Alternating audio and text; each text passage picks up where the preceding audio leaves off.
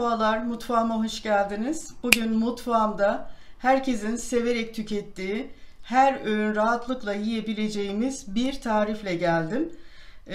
Bütün püf noktalarıyla anlatacağım güzel bir patates salatası yapacağız. Burada 4 adet patatesim var. Siz yine kişi sayısına göre ayarlayabilirsiniz. Burada biraz marul yapraklarım var. 1 adet Charleston biberim, 1 adet kuru soğanım, biraz şöyle maydanozum var. Şurada da yeşil soğanlarım var. Domates ve ufak birkaç dalda taze sarımsağım var.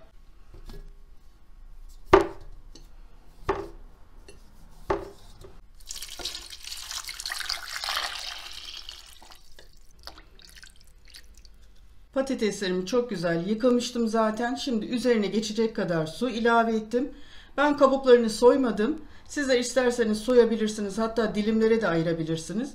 Şimdi bu şekilde tenceremi götürüp ocağın üstüne koyacağım. Pişirmeye başlayacağız.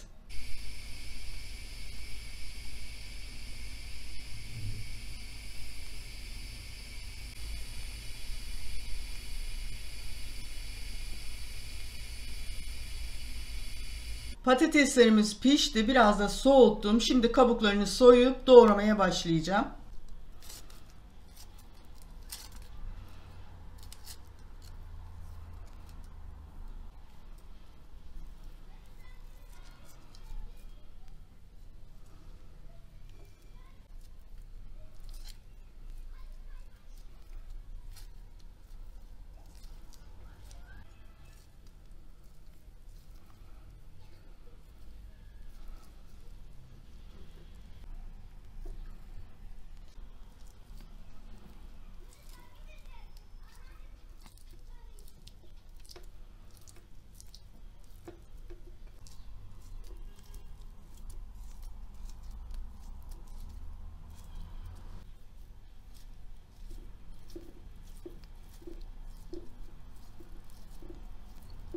Şimdi diğer malzemelerimi de doğradığım patatesin üzerine ilave edeceğim doğrayarak.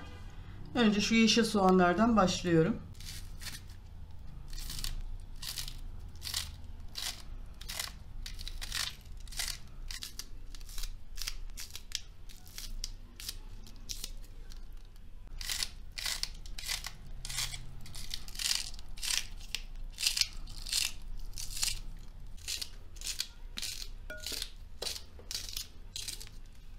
Şimdi sarımsaklarımı doğrayacağım.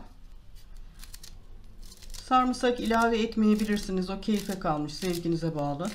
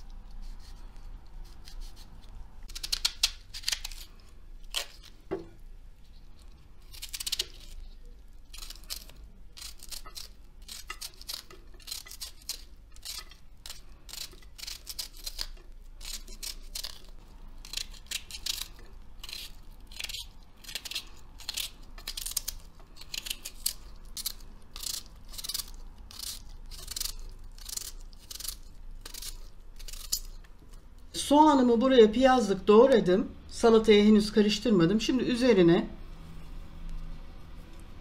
şöyle 1,5 yemek kaşığına yakın sumak ilave ettim.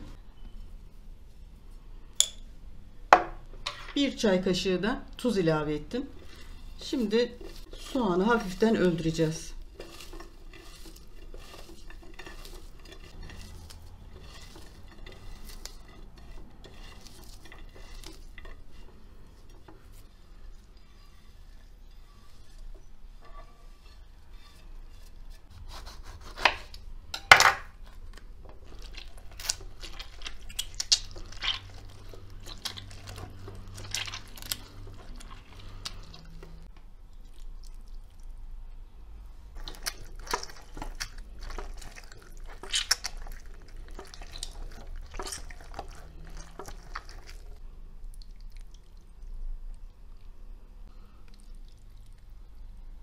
İki adet limonu sıktım, suyunu ilave ettim.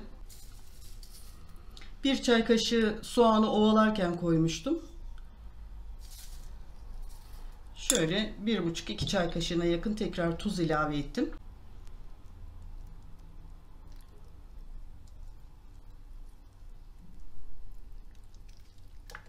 Zeytinyağını da ilave ettim. Şimdi güzelce karıştıracağız salatamızı.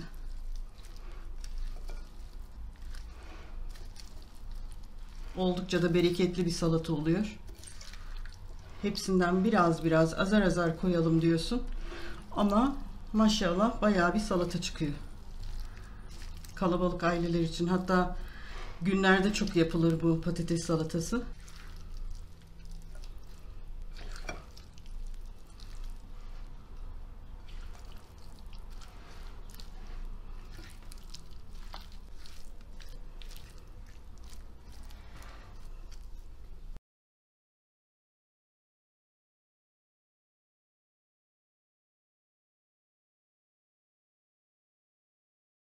Salatamızı tamamladık. Nefis bir patates salatası oldu. Klasik. İçerisine arzu ettiğiniz başka malzemeler de koyabilirsiniz ama bu bildiğimiz klasik patates salatası. Şimdi bir tadına bakmak istiyorum sizler için.